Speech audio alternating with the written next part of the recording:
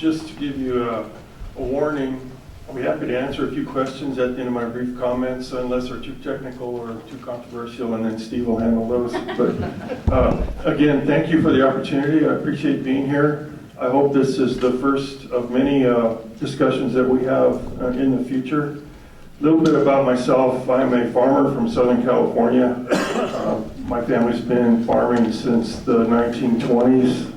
We know about Metropolitan because they came through our valley and impacted our water supply. We were able to, as a community, deal with Metropolitan, formed a water district, Eastern Municipal Water District, that I am currently the president of and am their representative to the Met Board. I used to farm carrots, onions, potatoes. Now I farm wine grapes in Paso Robles, and my daughter manages that vineyard for our family. I'm very proud of that, and that area certainly has its water issues. Metropolitan has half the state's population in its service area. We used to get about 4% of the water that flows through the Delta. That's been impacted lately because of biological opinions and obviously unprecedented drought. We want to get back to that 4%. We can make really good use of that high quality water. It helps us in our recycling. It helps us have a reliable supply for what we need to do in Southern California. We're not after more water, we're after a more reliable supply. We know that the future for Southern California is local resources. Metropolitan in the last couple of years has increased the subsidy they pay to member agencies from $240 an acre foot to $350 an acre foot for things like recycled water, groundwater desal. My agency has made good use of that program over the years, and we have water supplies available that we would not have without Metropolitan. Metropolitan also committed $450 million to conservation, mainly in turf removal over the last couple of years. That has been successful. There's still a ways to go there. We're in a pilot project with LA County sanitation districts to build a treatment plant to start utilizing water that's now being discharged to the ocean. We think there's a lot of potential there. So we're very aggressive on local projects, and we know that that's where we will meet the growth demands in the future. As far as the Delta Islands go, I'm not going to try to dance around this. If there is a project to build a couple of tunnels, one of these islands will be very strategic as far as staging, as far as where the spoils go. It will take some cost off the project and some time. But when I advocated to the Met Board to purchase these islands, I said that if we don't get that project, I think these islands are even more important. We need to be here to try to help figure out what's going on here as far as the ecosystem is concerned. We want to be part of a process that helps get things back on track. I'm a farmer. I know what it's like to not have water. I think most of California doesn't know that, although we may be getting closer to that. I don't want to impact negatively the farming that's going on in the Delta. There will be some changes, most likely at some point, not right away. We're not doing anything different at this point. We're not terminating any leases. We're not participating in levy districts or ferry districts. It's business as usual at the moment. We have done many pilot projects in the past on restoration in the Delta, so we have a good idea of what we think will work. But we're open to partnerships. We're open to ideas. We want to be good partners going forward. I've had conversations with Karen Ross at CDFA. I've had conversations with Randy Fiorini at the Stewardship Council. We've got a support letter from the Nature Conservancy, from Point Blue Conservation Science, from Ducks Unlimited, from Audubon, California. We're very pleased at the support that we seem to be getting and the idea that there are a lot of organizations that would like to partner with us on the use of these islands. So we're very excited about moving forward. And as I said, I hope this is the first of many conversations that we have in the near future. And as I said, I'd be happy to answer a few questions before Steve comes up to do his presentation, if you have any. Thank you, Randy. And I think one question that's important to local governments, particularly the 5 Delta counties, but specifically Contra Costa and San Joaquin, is the tax base. And if you see the acquisition of the islands is having a negative effect on the property tax revenue to the counties within the jurisdiction that the islands are located, meaning you're a government agency, will the existing tax base be altered by your acquisition of the islands? Well, unfortunately, if it's altered, it's probably going to go up because I think... That wouldn't be unfortunate.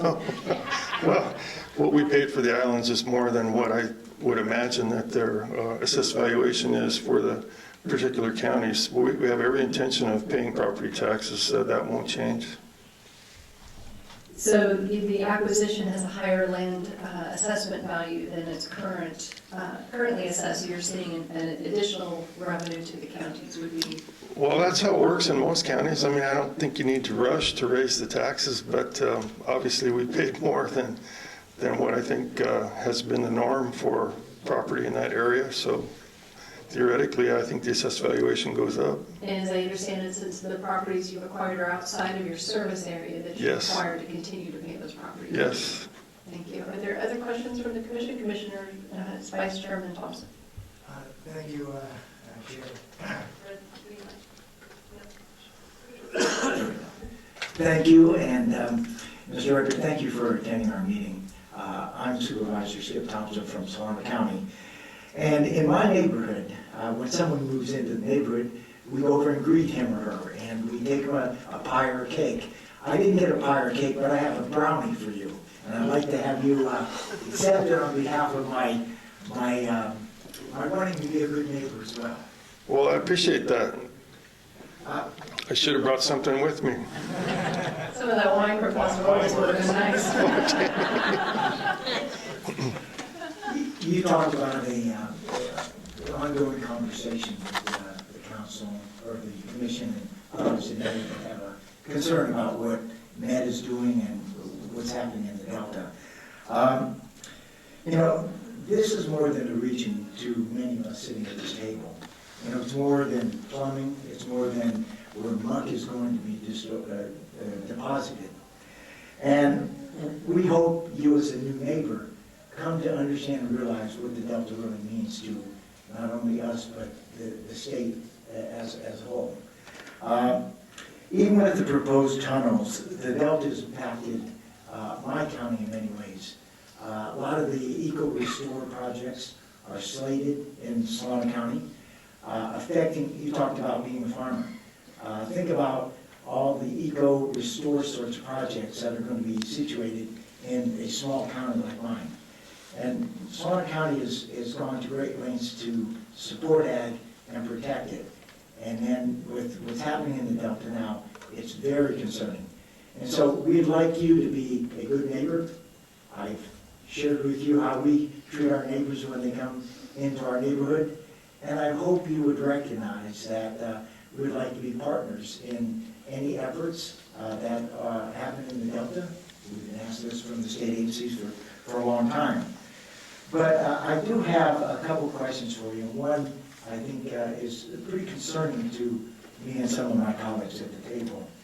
And we'd like to know if there's any discussions with the state agencies about them acquiring the islands that you referenced earlier on in your presentation.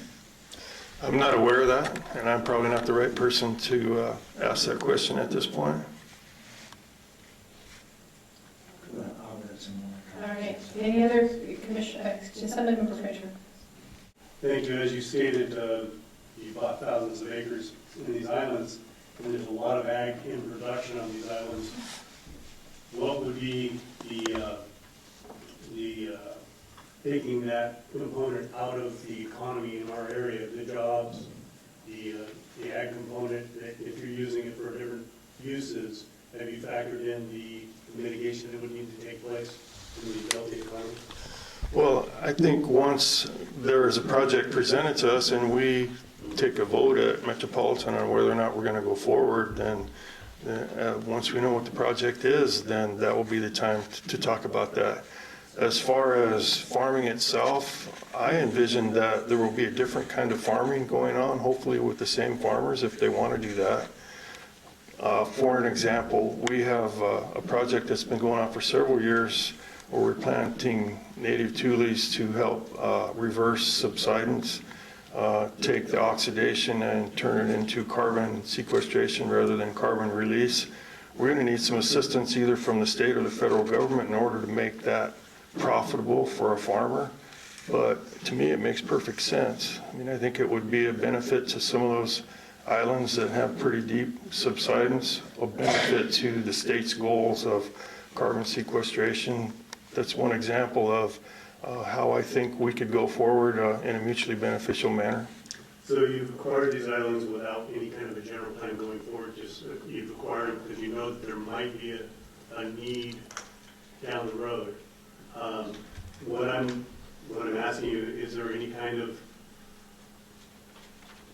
draft plan that's been put on before you bought these islands? Have you, I mean, you just bought them on speculation? We need some tangible, what kind of is Right. the intent? Well, I mean, I think we all know that the ecosystem in the Delta is not what it used to be.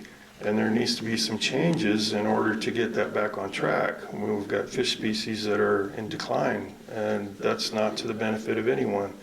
What exactly we do to change that, I'm not sure, but we've done a lot of work in science, spent a lot of money on that. We've done some pilot projects, as I mentioned. We want to try that on a bigger scale. The response that we've gotten from other agencies, NGOs, organizations in the Delta and wanting to work with us leads me to believe that there's great potential to see that happen. Thank you. Commissioner Natoli. Good evening, Randy. Thanks for spending time with us this evening and for some of your leadership in the area of water. I kind of want to follow up on the point you made just a moment ago. Because again, there's been speculation about what happens next, and I think certainly you've done your best to address the questions that have been posed previously. But I guess where I think it becomes potentially problematic certainly for counties who have, a tremendous stake certainly in not only the Delta, but obviously in agriculture, recreation, and the environment. And when I heard you reference that, maybe a different type of farming, that, somehow tules is going to be considered farming, that says to me, again, I recognize what you're saying, that there'd be some value there for carbon credits and so forth, but in order to have tules, you've got to have wetted areas. I'm not a biologist, but and that says to me, and again, I know the state has embarked on some pilot projects in areas in Sacramento County, and I'm not sure about Island in particular, in Twitchell, I believe. And it concerns me that lands that have historically, certainly since the time that areas were settled and reclaimed, have been in different cropping patterns and maybe subsidence and so forth. But if that's the approach that's being considered, I would say that to Mary and Skip's earlier questions and Jim's as well, I think there needs to be some conversation, not that we can tell farmers or anybody else whether crops they can farm or not, if they're a property owner, but I do think that it poses some threshold questions as it relates to the farm economy, and it's not just about dollars, it's about crops and what's produced in the Delta and the variety of crops and so forth, and some of those lands would be suitable. But I guess the question I want to ask you then is that if you weren't considering flooding islands, is the thought is that you're going to wet those islands year-round with tule marsh? It's an example of what we could do to try to change what's currently going on in the Delta. Don, I don't know about how much water it would take. I don't have any of the details. I'm just talking about a proposal that might be mutually beneficial. Obviously, we're happy to talk about the particulars as we get down the road, and staff's better prepared to do that than I am, but welcome the conversation and the input. Okay, well, good. And I appreciate it. Again, not to, put questions that, difficult to answer this evening because, a lot of those answers aren't even known yet. But I do think that my point being, I think your response that, I think ongoing dialogue and conversations with, you and your district, and that as the landowner, and obviously with the, the interests that we all have, and obviously seeing a healthy, prosperous Delta from various vantage points. I think it'll be very important as you go forward with planning, and certainly, now I talked with the affected counties, but I think with this commission, so I appreciate you being here too. Thank you. Any other commissioner questions or comments? Commissioner Wynn? Make sure you push so the green light comes on. Again, thank you for coming up here and sharing, some of your insights and certainly the direction that Metropolitan's taken. One of the things that Supervisor Natali and Diegas and Thompson and Fico and myself, we also serve with the Delta Counties Coalition. And obviously, we have a lot of discussions. In fact, tomorrow we're having a forum in regards to water in general, not necessarily just water things. But, we talk about the tunnels and a lot of things, and obviously we can divide up and take sides. But I guess I'm more interested because of all the things that are going on in regards to audits and reports and those types of things, to consider if, for example, a water fix never happens, it's never built. So what's the next step? What's the alternative? What can happen after that? And I would offer this, is that based upon the Delta counties, and last week I was in Washington, D.C. with my fellow supervisors from the San Joaquin Valley, from Kern to San Joaquin. And also I've dealt with the mountain counties from Tuolumne up to El Dorado and Placer counties. And even the northern counties. It's interesting to me that when you talk to county supervisors, that there are little regions that have kind of a different perspective on water. If you go north, where they had a lot of water, in fact, they're bucketfuls and they can't use it all. And so they've even talked about ways to convey that water farther south to the benefit of certainly Delta counties and even to Southern California. The mountain counties are dealing with forest management, forest fires, those types of things. But they're the watershed counties which supply us with the water which ultimately goes south. And they need help. The Delta counties, obviously, we talk about the Delta and the levees and those types of things, and certainly those need some assistance also. But I would offer this, that there are enough different regions that have different resources, advantages, disadvantages, that if we were able to take this entire state and all 58 counties, I think we could come up with a pretty good plan that would benefit from Northern California and Southern California, because there are systems, and you alluded to a couple in regard to recycling, desalination, those types of things. We have pressurized irrigation systems here in San Joaquin County. We have other measures that we're using, underground storage. The county's working with East Bay Mud on a project. And so all I'm saying is that there's a lot of tools in the toolbox that, and you mentioned earlier in your presentation about discussions, partnerships, collaboration. And I would like to, as opposed to waiting to see, what the end result's going to be of the water fix, I don't think it would hurt to have some of those preliminary discussions to look at, okay, if this doesn't happen, what else is available, certainly to benefit our area, but also to benefit the valley and all Southern California. So I would be encouraged if we could start those discussions, at least preliminarily, and look at all the tools in the toolbox that are available, because the bottom line is, the $16 billion or whatever it happens to be, would certainly go a long ways in regards to participatory investment amongst the various regions to build a system which could be the state of the art. If you look at all the countries around the world, the different states, there are systems that are extremely effective and beneficial with less water than we have. So I would certainly entertain opportunities to have those discussions and certainly look to the future. Great, thanks for the opportunity. I would look forward to that. Commissioner Thompson? You're aware recently, and thank you to the Restore the Delta folks for the Public Records Act request and the information that came as a result of that. For as long as I can remember, the administration's been saying there will be no taxpayer dollars to be used for the tunnels. And now we have a cost analysis, preliminary, it certainly is, says that the federal government or the taxpayers are going to be asked to pony up as much as 1/3 of the cost of $16 billion. Have you had any discussions on your board about whether you're going to have to increase your rates to pay for the tunnels? Oh, sure. Talk about it all the time. But do you have a serious talk about it? Because Well, of 60 course. billion is a lot of rate increases. It's a lot of money. We do have half the state's population. As I mentioned, we think it's about $5 a household per month if the project is $14 to $16 billion. And we don't think that's too much to ask for a more reliable water supply. Okay, I will tell. Yeah. All right, Randy, thank you so much. There's a slide presentation behind you. Steve's gonna do that? He's going to go through that, Yeah. okay. And so Steve Arakawa is our Bay Delta guy, and thanks Awesome. again. Well, don't go too far, Randy. Well, I'm afraid I have to leave. Are you gonna, I know you need. I gotta get out so, before it gets okay, you're dark. gonna scoot out. Thank you, Thank Randy, so you. much for being here. And if there's anything from our public comments, we'll make sure we share them with you Okay. directly. Thanks again. Thank you.